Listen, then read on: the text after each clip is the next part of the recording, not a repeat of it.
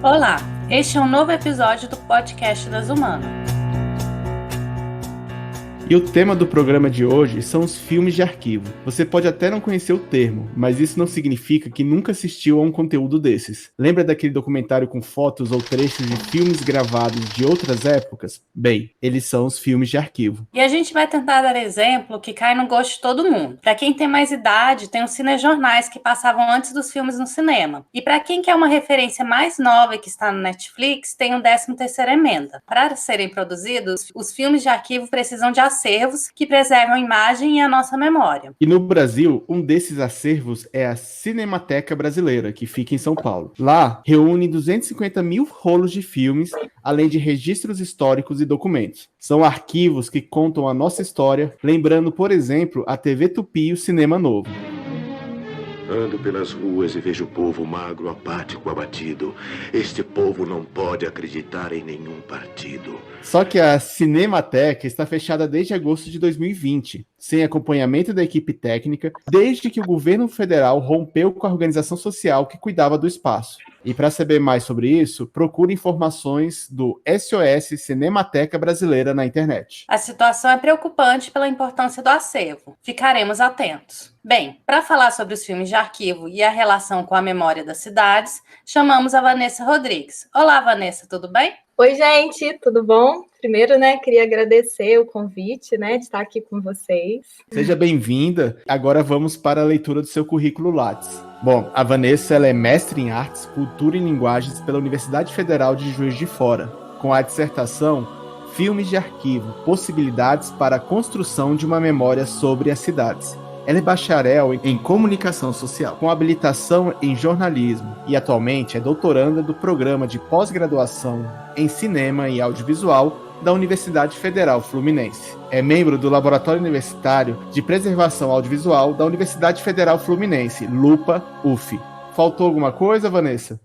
Não, é isso mesmo, certinho. Bem, eu queria pedir para você explicar como que acervo de família se relaciona com arquivo em geral de filmes e por que você se interessou por eles. Não é muito comum ainda nos arquivos brasileiros ter esses filmes domésticos, muitas vezes porque esses acervos eles são vistos como um tipo de produção até menor, que algumas vezes interessa mais a uma família específica, então muitas vezes não há nem uma estratégia de prospecção dos acervos para que as pessoas entendam esse material como importante para a memória, mas também as próprias pessoas muitas vezes não têm essa noção de que esse material, que muitas vezes faz parte ali da família dela, que mostra às vezes a cena do filho correndo, um batizado da criança, essas coisas tão particulares, tão pessoais, aquilo também tem uma importância como uma forma de memória, seja para a cidade, uma forma para entender os costumes, épocas, a vivência, ali de um período. Não é em todos os lugares que tem esse tipo de acervo. A gente vê, por exemplo, na Cinemateca, no ManRio tem algumas coleções, tem também no Arquivo Nacional, mas ainda não é um acervo muito comum, assim, nessas instituições maiores, mas é um tipo de arquivo muito importante por justamente mostrar o cotidiano, muitas vezes das famílias em algumas épocas, porque o que a gente tem muitas vezes são materiais que foram produzidos comercialmente, seja, por exemplo, filmes de ficção ou documentários mesmo, cinejornais, e esses filmes são coisas mais pessoais, digamos assim, que mostram essa vivência, essa rotina dessa família. Mas cada vez mais esses filmes também estão sendo retomados, em outras produções audiovisuais, principalmente a partir ali da década de 80, quando começou a ter alguns filmes com um cunho mais subjetivo, cada vez mais foi se incorporando esse tipo de produção para fazer alguns documentários, por exemplo, autobiográficos, documentários mesmo mais pessoais, documentários e ficções também, que muitas vezes as pessoas se utilizam desse material de arquivo, porque essas imagens do passado, muitas vezes, imagens familiares do passado, muitas vezes traz certo aspecto de autenticidade, de coisas vividas, assim. A gente pode considerar VHS empoeirado na casa de alguém ou outras fitas como acervo de família, e quando é que seus olhos brilharam e falaram, eu quero entender isso melhor? Com certeza, VHS, filme Super 8, 16mm, tudo é material de família, né? Todo esse material é, sim, arquivo de família. Então, os meus olhinhos brilharam para esse assunto. Primeiro, foi numa disciplina que eu fiz, eu estava fazendo ainda uma disciplina como ouvinte no mestrado. Em uma das aulas sobre documentário, eu assisti a um filme, e aí eu comecei a achar muito interessante essa temática dos arquivos familiares. Mas, ao mesmo tempo, eu acho que também partiu um pouco da minha própria experiência pessoal, assim, porque na minha família nós temos pouquíssimos registros familiares. Então, assim, por exemplo, de fotografia, o meu pai, a primeira foto dele foi aos 18 anos. A minha avó morreu quando meu pai era bebê, tinha 8 meses, e não há nenhuma imagem dela, sabe? Não tem nenhuma foto, não tem nada dela, porque a gente é de uma família da zona rural. Então, assim, era muito difícil, né? Década de 40, foi quando ela morreu, ter equipamentos, ter qualquer tipo de imagem. Então, eu acho que partiu a minha questão com o arquivo, surgiu muito em função dessa falta do arquivo. Então, assim, muitas vezes, ao ver esses filmes de outras pessoas, né, às vezes das décadas de 40, de 50, eu ficava imaginando a minha própria família nessas imagens. Então, eu acho que veio dessas duas coisas, né, desse contato durante, né, as aulas dessa disciplina, mas também desse relembrar, né, desse pensar a minha própria família, a minha própria origem com essa falta mesmo, né, de arquivo. Como eu disse, né, meu pai, a fotografia dele foi aos 18 anos, mesmo assim, foi uma fotografia 3x4, uma fotografia para um título de eleitor, então uma fotografia oficial, né, nada afetiva. Minha mãe também, a primeira fotografia dela foi aos 10 anos de idade, eu mesmo tenho poucas imagens de criança, então, assim, ver as imagens, né, essas imagens do passado, eu acho que em mim trazia essa afetividade, assim, e eu acho que foi por isso que me despertou, das primeiras vezes, a ideia de trabalhar com essas imagens de arquivo. A minha pergunta, até antes de entrar na sua dissertação, é sobre a dificuldade de transpor esses formatos para a atualidade. Como é que eu transporto isso para uma realidade digital, por exemplo? Na verdade, eu não trabalho muito com esses arquivos nesse formato, né? O que eu pesquiso, por exemplo, são em acervos que muitas vezes eu já tenho, ou ele já está digitalizado, ou então tem o equipamento para visualizar. Então, assim, eu nunca precisei me deparar, por exemplo, com uma imagem sem eu ter, né, o equipamento para esse visionamento. Eu sei que tem alguns lugares que fazem, né, essas conversões, mas eu não estou muito por dentro, assim, porque o material que eu trabalho, alguns já estão digitalizados e o outro que não está digitalizado, até agora na minha tese, eu vou tentar ver, porque ele está, né, numa instituição pública, mas essa instituição não tem os equipamentos para visualizar os rolos de filme em 8mm. A alternativa que eu vou fazer para conseguir ver esses filmes vai ser fazer uma parceria com o Lupa, né, com a UF, para levar os rolos para lá, digitalizar e, a partir disso, conseguir checar tanto o estado de conservação desse material, mas também o próprio conteúdo em si dessas imagens. Quando a gente lê a sua dissertação, você usa o termo lacunar, e diz que o arquivo é lacunar. Eu queria que você explicasse melhor o que é isso. Então, esse termo, né, arquivo lacunar, ele é muito usado pelo Didi Huberman. Ei, gente, meu nome é Milka. George Didi Huberman é filósofo, historiador, crítico de arte e um dos mais respeitados estudiosos da imagem. Ele tem muitos livros sobre esses temas e outros, e vários deles já foram publicados aqui no Brasil. Didi Huberman é neto de judeus poloneses que foram assassinados em um campo de extermínio durante a Segunda Guerra Mundial. Em 2011, ele decidiu visitar Auschwitz-Birkenau, que também pode ser conhecida como Auschwitz II. Lá agora é um memorial e um museu, mas na época da guerra era um campo de concentração e extermínio onde foram assassinados mais de 1 milhão de judeus. Durante a visita a esse lugar, o autor foi registrando com uma câmera fotográfica cenas e espaços que no primeiro olhar podem parecer simples. É por essas imagens que ele nos leva a refletir sobre a construção da memória, sobre as possibilidades do testemunho, a nossa forma de olhar para as coisas e também a manipulação dos espaços de memória, como os museus e os memoriais. Mas ele usa esse termo lacunar no sentido de que numa imagem nunca você vai conseguir ter todas as respostas. Ele sempre vai te deixar brechas, no sentido de brechas para você te dar outras possibilidades para repensar essa imagem. Porque, por exemplo, quando você vê uma imagem, hoje, por exemplo, você vê uma coisa, mas com o passar dos anos, você pode, às vezes, perceber num cantinho da imagem, enfim, numa fotografia que, às vezes, está ali na imagem, e com o tempo que você vai se dar conta daquilo, sei lá, um porta-retrato que está nessa imagem, né, no cantinho ali da foto, tudo aquilo que está em volta dessa imagem, desse contexto. Então, é mais nesse sentido, que nunca uma imagem ela carrega em si todos os significados. Ela está sempre aberta a outras possibilidades, a outros sentidos, para você repensar essa imagem, esse conteúdo, cruzar com outros dados, para criar outros sentidos, outras possibilidades mesmo. Ela nunca é cheia, ela nunca é total. No senso comum, a gente tem muita ideia de que o passado está fixo, acabou lá atrás, se completou, e que não vai fazer nenhuma relação com o presente ou mesmo com o futuro. Se a gente está falando de memória e de uso de filme de arquivo, isso ainda faz sentido, essa ideia de que o passado está acabado e fixo lá atrás? Eu acho que o passado nunca está acabado. Eu acho que a gente está sempre pronto a descobrir outras coisas sobre ele, a ter outros olhares, a ter outras posturas. Eu não acredito numa história assim fixa, sabe? Eu acho certa. Eu acho que sempre tem outras coisas para descobrir, assim, outras coisas que surgem com o passar do tempo. Eu vejo o futuro repetir o passado. Eu vejo um museu de grandes novidades. O tempo não para. Não para.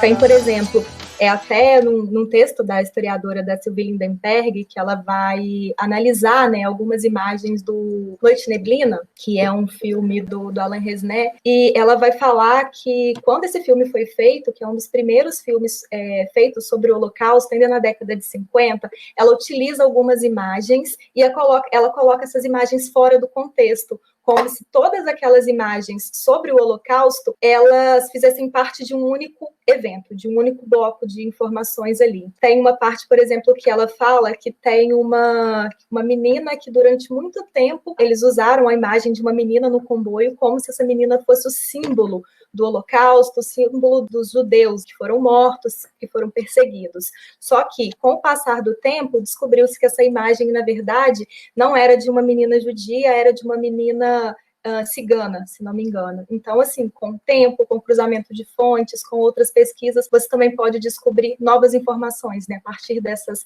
imagens, a partir da história, e tanto na imagem quanto a história, eu acredito que seja essa mesma coisa, assim, eu acho que não é fixo, né, ela está sempre ali à espera de alguém para escavar, para procurar, para encontrar outras possibilidades, assim, eu acho que nada é fixo, né, está sempre aí em movimento, à espera mesmo de alguém para cruzar fontes, cruzar dados, trazer novos sentidos. O que seria isso de dar novos sentidos? Eu acho que talvez porque uma imagem está fechada, você já vê uma imagem mais conhecida, por exemplo. Todo mundo conhece essa imagem e todo mundo usa essa imagem falando que isso é esse evento especificamente. Só que você pode pesquisar sobre aquele contexto, né? Porque às vezes não é só a imagem em si, o que ela diz, mas tem o contexto de produção dessa imagem, como ela foi feita, por quem ela foi feita. Tudo isso eu acho que é importante também você pensar, né? Porque, vamos supor, uma imagem de alguém que está olhando para uma fotografia, uma pessoa que foi fotografada olhando para a imagem. Se você souber, pelo contexto de produção, quem fez aquela imagem, você pode talvez ter a ideia de que aquele é um olhar, às vezes um olhar de censura, um olhar de medo, um olhar que compactuava ou não com aquela imagem. Você pode ir além do que está naquela imagem, mas tentar procurar o extracampo também, né? Quem fez, por que fez, quais eram os objetivos, quais eram as intenções de quem fez aquele registro, né?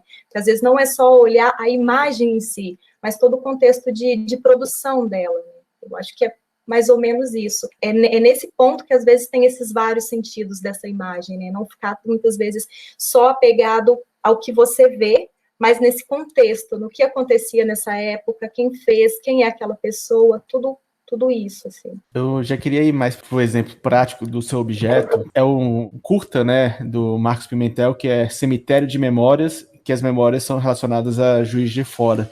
Qual foi o objetivo desse documentário, quando fala de cemitério de memórias, né? Foi enterrar as memórias de alguma forma, ou exatamente o contrário, desenterrá-la e trazer à tona ali na atual Juiz de Fora, né? Atual da época do filme. Quando eu fui, né, quando eu pensei em pesquisar sobre o filme de arquivo, logo veio aquela ideia, qual documentário, o que eu vou analisar?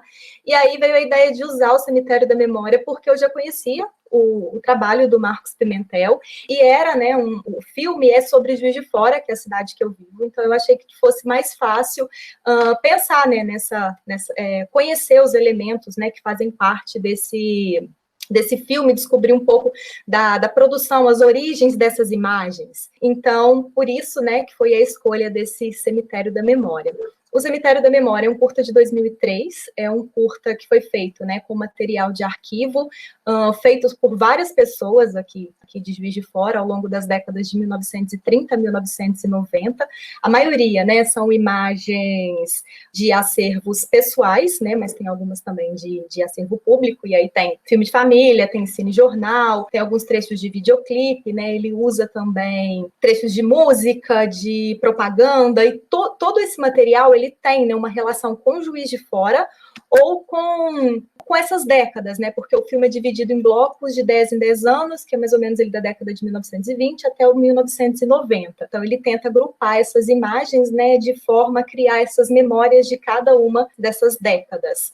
Assim, você falou, né, sobre o cemitério da memória. O termo cemitério, assim, eu não sei se eu concordo muito também, porque eu acredito que o cemitério dá mais essa ideia dessas memórias enterradas, né? Como se elas estivessem ali, como se elas não tivessem mais vida. Eu acho que no filme ela foi usada mais como uma ideia de local aonde todas essas memórias estão juntas, onde elas estão depositadas ali. Mas eu acho que mais nesse sentido, esse termo cemitério, sabe? Talvez se eu fosse nomear, né, o documentário, eu não utilizaria o termo cemitério, porque eu acho que cemitério também dá essa ideia aí de coisa mais fechada, enfim, sem vida, assim. Vanessa, na sua dissertação você traz que o Pimentel diz que ele gosta de documentários que tem um quê de quebra-cabeça e de parêntese. O que significa isso? Então, ele fala que ele gosta de fazer o documentário, mas ao mesmo tempo ele gosta sempre de não dar todas as respostas para quem assiste. Então, ele até certo ponto, ele mostra, mas ele não dá a resposta. Ele usa até uma analogia, né, que seria um documentário, mas ao mesmo tempo deixando algumas peças faltando para você completar aquilo na sua cabeça. Então, ele não te dá essa resposta pronta do que aquilo significa, né? Ele deixa em aberto essas possibilidades também para você completar. Talvez quando você assiste na sua própria cabeça, ir para outros lugares, assim, pensar em outras coisas. Isso seria o lacunar? Acho que sim, eu acho que pode ser uma boa. Eu acho que eu não tinha pensado nisso, mas eu acho que sim, que é esse lacunar, que essa imagem ela nunca vai estar completa, né? Ela sempre vai criar essa possibilidade de ir para outros caminhos. Acho que sim, eu acho que é um bom exemplo desse lacunar aí, de não dar essa resposta pronta. Eu sei que você não estudou recepção, mas você ficou 2 anos escrevendo uma dissertação e olhando para o cemitério de memórias, e você mora em Juiz de Fora. Como que você saiu? O seu olhar da cidade se modificou ao final do processo? Então, o que eu vejo principalmente é que esse filme é um filme de uma Juiz de Fora elitista, que a gente não vê, por exemplo, nessas imagens, problema de infraestrutura, problema de esgoto, pessoas tristes, pessoas mal vestidas, não tem nada disso. Eu acho que muito em função também de quem foram as pessoas que fizeram essas imagens, porque se você pensar que no passado ter uma câmera também era uma coisa, né, que a pessoa precisava ter dinheiro. Então, geralmente, é a elite que fez essas imagens. Não são imagens, né, da população mais pobre, não tem imagem de favela. Fica essa percepção, né, que é uma Juiz de Fora, mas uma Juiz de Fora que não mostra todos os lados, todos os pontos dessa cidade, né? Ela tem essas escolhas, é sempre a Juiz de Fora de uma família mais abastada, que vai mostrar a casa dessa pessoa, que é cheio, né, dos utensílios, dos brinquedos da época, vai mostrar uma cidade também sempre limpa, sempre bonita, e que a gente sabe, né, que não é assim, não era no passado e que não é agora, né, então cria uma certa, quando se vê esse curta, muitas vezes pode se passar a impressão daquele saudosismo, né, nossa, como é bonito o passado, quando na verdade a gente não sabe que isso também foi escolha, né, da pessoa que fez aquelas imagens, né, fez parte do círculo dela, era aquelas imagens ali dessa população mais abastada. Será que esse é um problema do acervo de família? Porque se parar para pensar, quem tem acervo de família, quem gravou é quem teve acesso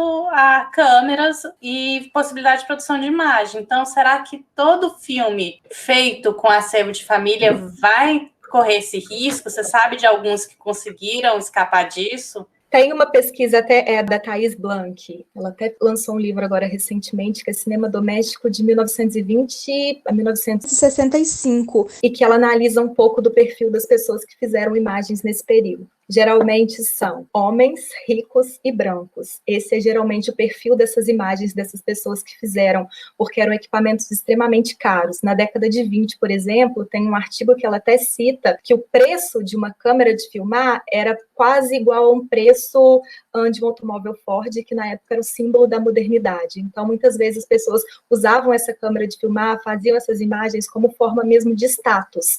E, geralmente, né, quem filmava era o homem da casa. Apesar da mulher guardar essas lembranças, quem escolhia o que vai ficar ou não, né, ali para a posteridade é o homem. Ele que vai escolher o ângulo que ele vai filmar, como ele vai filmar, e acontece muito isso. Nas imagens que a Thais Blanc analisa na tese dela, acontece isso. Eu agora, no doutorado, estou estudando um acervo, né, um acervo aqui de Juiz de Fora, são imagens feitas nas décadas de 40, 50 e 60, e tem justamente esse perfil, é um homem branco e rico, tem essas características aí, e eu conversei com a filha dele e é justamente isso, né? Ele é o guardião das memórias, ele é que dita o que vai ficar ali nas imagens. A filha mesmo fala, a gente ia muito na praia, não tem imagens da minha mãe de biquíni, porque quando ela aparecia, o pai logo virava a câmera, então tem tudo isso, né? Quando essa filha dele foi se casar, não tem filmagem porque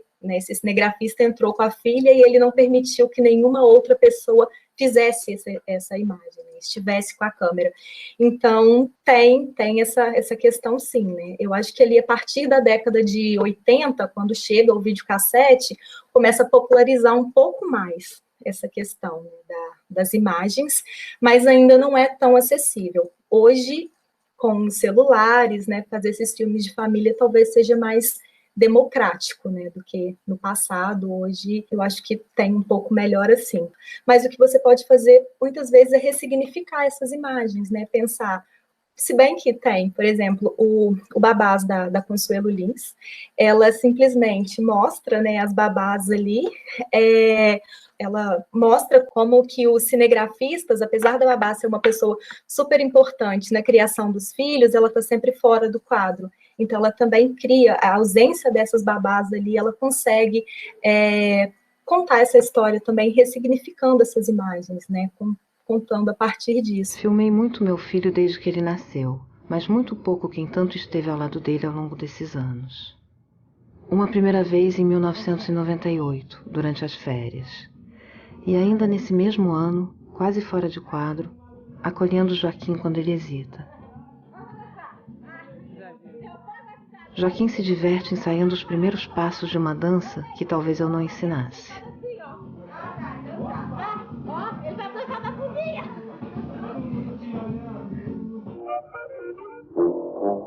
Uma cena parecida nessa imagem do início dos anos 20.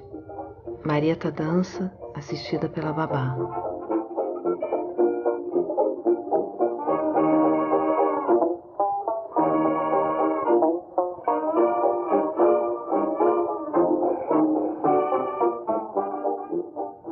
Mas não fui a única a filmar pouco quem trabalhou comigo por tanto tempo.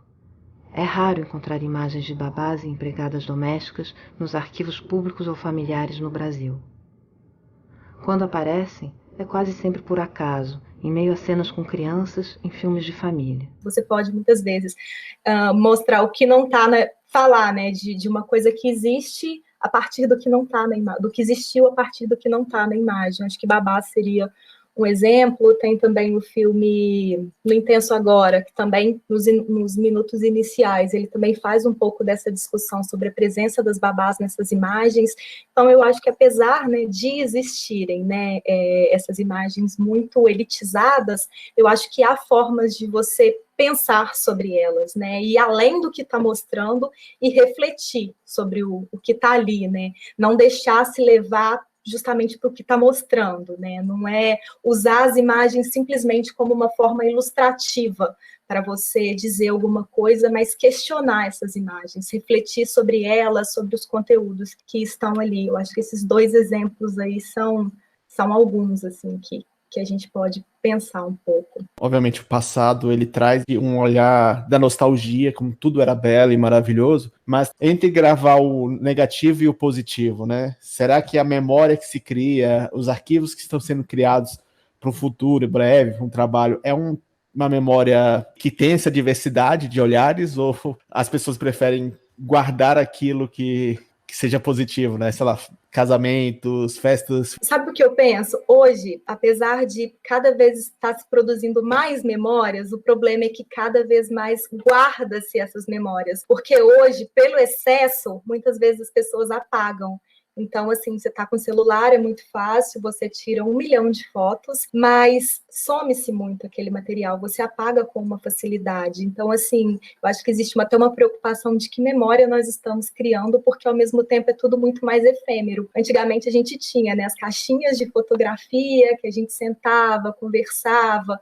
Agora, hoje em dia, as pessoas muitas vezes não revelam, por exemplo, essas fotos, essas imagens, ficam no celular, a memória está cheia, eles apagam. Então, assim, há uma preocupação também com essa questão da memória, né? Ao mesmo tempo que produz muito, será que está guardando? Então, assim, sobre o conteúdo, hoje eu acho que ainda assim as pessoas tentam gravar coisas de dias mais felizes, né? O passinho da criança, a papinha, a primeira fala, mamãe, algumas coisas nesse sentido, assim. Mas a preocupação, eu acho que principalmente é o guardar essas imagens, como que elas estão sendo guardadas, porque a própria questão do suporte também, né? Hoje em dia essas coisas mudam muito. Então, assim, muitas pessoas que às vezes salvaram as imagens em DVD, hoje já é uma mídia obsoleta, é uma mídia que não funciona, às vezes está arriscada, então eu acho que tem que ter essa preocupação com a memória do agora, né? Porque do passado, muitas vezes, a gente era uma coisa rara, então as pessoas queriam guardar, estava ali, ia passando de geração em geração, mas hoje, pelo excesso, às vezes, eu tenho medo de que falte, sabe? Que seja um material reduzido, conheço muito relatos de amigas que, por exemplo, na época do Orkut, por exemplo, encheu de fotografias no Orkut e não salvou o álbum, então foram várias fotografias perdidas. Então, tem isso também, né? Essa tecnologia digital, essa facilidade, né? Como que é a guarda desse material. Eu fico pensando nos disquetes, né? Que não é tão longe, mas deve ter uma foto por disquete em baixa qualidade. Onde estarão esses arquivos e como acessá-los, né? Será que o disquete é a foto? Exatamente, porque não é isso, né? Você tem que ter o arquivo e você tem que ter o local, né? Para assistir aqueles arquivos. Tem tudo isso, né? Então, assim, tem muita gente que não tem mais um DVD em casa, foi o que aconteceu, né? Por exemplo, com os rolos de filme em 8mm, em 16mm, já não tinham mais aquele material e muita gente simplesmente descartou porque não tinha mais como assistir. Então, assim, é uma preocupação também daquilo ir para o lixo, porque eu não consigo ver mais, ou com o passar do tempo, né? Não tenho os cuidados necessários com aquilo. Poeira, sujeira, clima, aquilo também pode se deteriorar e se perder, né?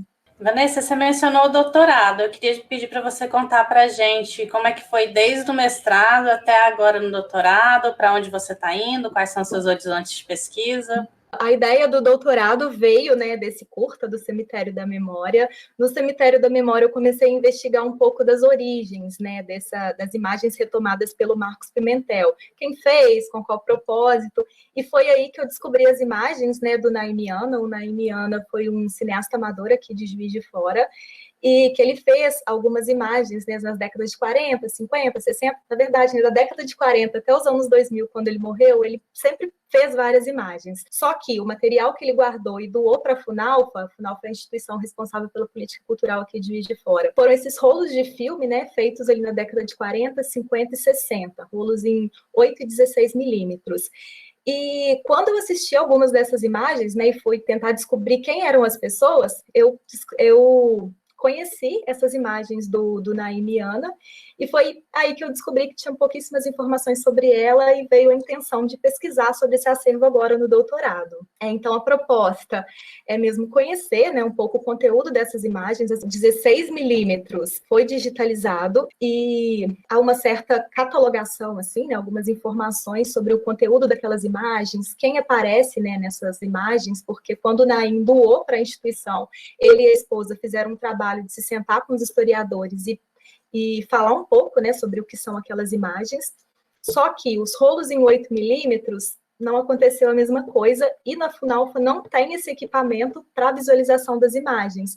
Então, qualquer pesquisador que queira assistir essas imagens fica impossibilitado porque não foi digitalizado o material e lá não tem esse equipamento para o visionamento. Então, a intenção agora no doutorado é fazer uma parceria, né, do Lupa. Eu sou, né, como já disse até na apresentação do currículo ali, eu faço parte, né, do Lupa, e a intenção é criar agora um projeto de pesquisa, né, fazer uma parceria com a Funalfa aqui em Juiz de Fora, para a gente levar esses rolos para o Lupa e fazer um trabalho de limpeza, de revisão, de catalogação desse material, tanto do 16 quanto do 8 milímetros, né? Porque aqui em Juiz de Fora, apesar de ter um local que abriga esses rolos de filme, não tem uma política de preservação audiovisual efetiva, né? Não tem esse trabalho de limpeza, de revisão periódica, né? E a gente sabe que preservação audiovisual não é uma coisa que acaba, né? Ela sempre está em andamento. Então, a proposta é tentar fazer esse trabalho agora na tese, né,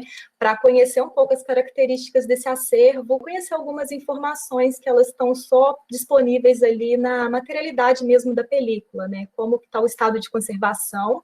Eu assisti, né, para dissertação as imagens em DVD. Então, eu não sei como está o estado de conservação atual, se tem fungo, se tem mofo, como está a situação desses rolos de filme, e tentar, de alguma forma, contribuir mesmo, né, para a salvaguarda desse material, né. Então, esses são os próximos passos da pesquisa. E a ideia também é tentar mapear de alguma forma. Esse acervo está em Juiz de Fora, mas ele foi parar em algumas páginas da internet. Então, tentar mapear os locais onde algumas dessas imagens estão, com uma qualidade ruim, pensar, né, em algumas estratégias possíveis também para difusão, para promoção dessas imagens, porque um dos pilares também da preservação audiovisual é dar esse acesso, né, promover essas imagens, e acaba que muitas vezes elas ficam na Funalfa, que elas ficam circunscritas mesmo à instituição e a pesquisadores, a pessoas que já vão lá interessadas nesse conteúdo. Vanessa, para quem quer se aprofundar mais sobre esse universo, né, de filmes de arquivo, né, produzidos com arquivo, que trazem a memória,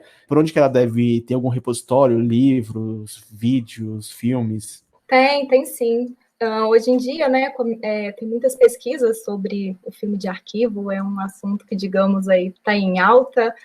No Brasil, por exemplo, a gente tem alguns pesquisadores bem interessantes. Se for, por exemplo, para o lado, né, do filme de família, que é mais a parte aí que eu estudo, a gente tem, por exemplo, a Thais Blanc, tem livros, né, da Thais Blanc, da Patrícia Machado, da Laila Foster, que fala tanto, né, dessa questão do arquivo, mas também um pouco da importância da preservação audiovisual. E de filmes a gente tem muito material, né, e é bastante variado as intenções dos cineastas que retomam, né, esse tipo de imagem de arquivo. A gente tem, por exemplo, nesse caráter mais autobiográfico, a gente tem, por exemplo, Helena, da Petra Costa.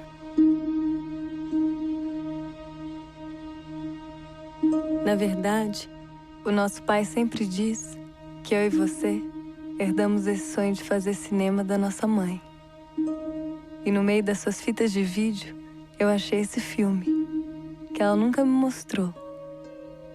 É um filme mudo, em que ela interpreta a protagonista, no tempo em que ela ainda sonhava em ser atriz de Hollywood e em beijar o Frank Sinatra.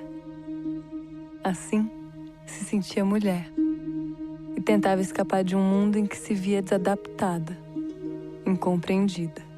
Quando é filme, digamos assim, de um caráter mais histórico, a gente tem muito filme, né, utilizado, que o Silvio Tendler faz, e tem muitas coisas assim, né, de outros países também, que às vezes utilizam pegam essas imagens para fazer filmes de caráter mais irônico, nostálgico. Tem um filme que eu gosto muito, brasileiro também, um curta, o Super Memória, do Danilo Carvalho, que também vai para essa vibe mais de falar, né, sobre a memória de uma memória da cidade, que é o Super Memórias.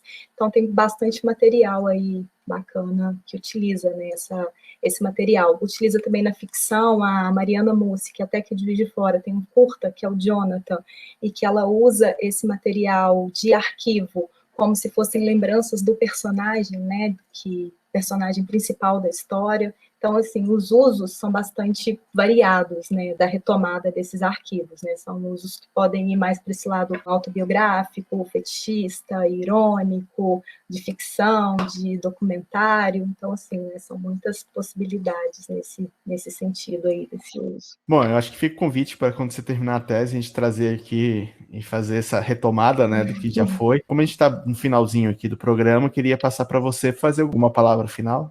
Gente, eu queria agradecer, né, o convite, a oportunidade aqui, né, de falar da minha pesquisa, principalmente nesse momento aí, né, em que a pesquisa no Brasil tá tão precarizada, a questão dos acervos também, né, como vocês citaram, a questão da Cinemateca Brasileira, que é a principal referência em preservação no Brasil e, né, a maior instituição de preservação da América Latina, e tá nessa situação tão triste, né, e falar da importância dessa preservação, porque preservar a memória, o patrimônio audiovisual, é preservar a memória do país, e preservar a memória do país também é preservar a nossa própria identidade, né? Então é muito importante isso. E a gente está falando a preservação audiovisual do nosso país, a preservação audiovisual de Juiz de Fora, mas ao mesmo tempo é a preservação audiovisual da humanidade, né? Então é muito importante a gente sempre pensar nisso, pensar em políticas, promover esse debate, porque é um assunto, né, muito importante. Às vezes no meio da pandemia as pessoas pensam que a gente está no meio de uma crise sanitária, tem tanta coisa importante, mas isso também é importante, isso também é a nossa memória, então a gente tem que realmente valorizar e falar cada vez mais, e agradecer mais uma vez o espaço aqui. E é importante, né? Afinal de contas, tem que ter alguma coisa para contar a história no futuro, né? Exato. Bom, exatamente. Que, né, é essa questão, né? É o presente que a gente pensa no passado, mas ao mesmo tempo guardando para o futuro, para as próximas gerações, né? Então fica essa mistura aí, né, de temporalidades também. É no presente, pensar no passado, para que no futuro, para que as outras gerações tenham, né, saibam o que aconteceu, tenham contato com essas imagens que tanto falam, né, sobre quem somos, quem nós fomos, quem nós seremos, né? Bom, e lembrar todo mundo que este 4º episódio, ele tá no YouTube, e os outros também, que fazem parte da nossa Memória das Humanas, estão em outras plataformas, como do Spotify, do Google Podcast e do iTunes. E em 15 dias voltamos com nossos episódios regulares, e se vocês quiserem enviar sugestões, o nosso e-mail é voz@dasumana.com. É isso aí, até a próxima. Das Humana, a ciência sem jaleco.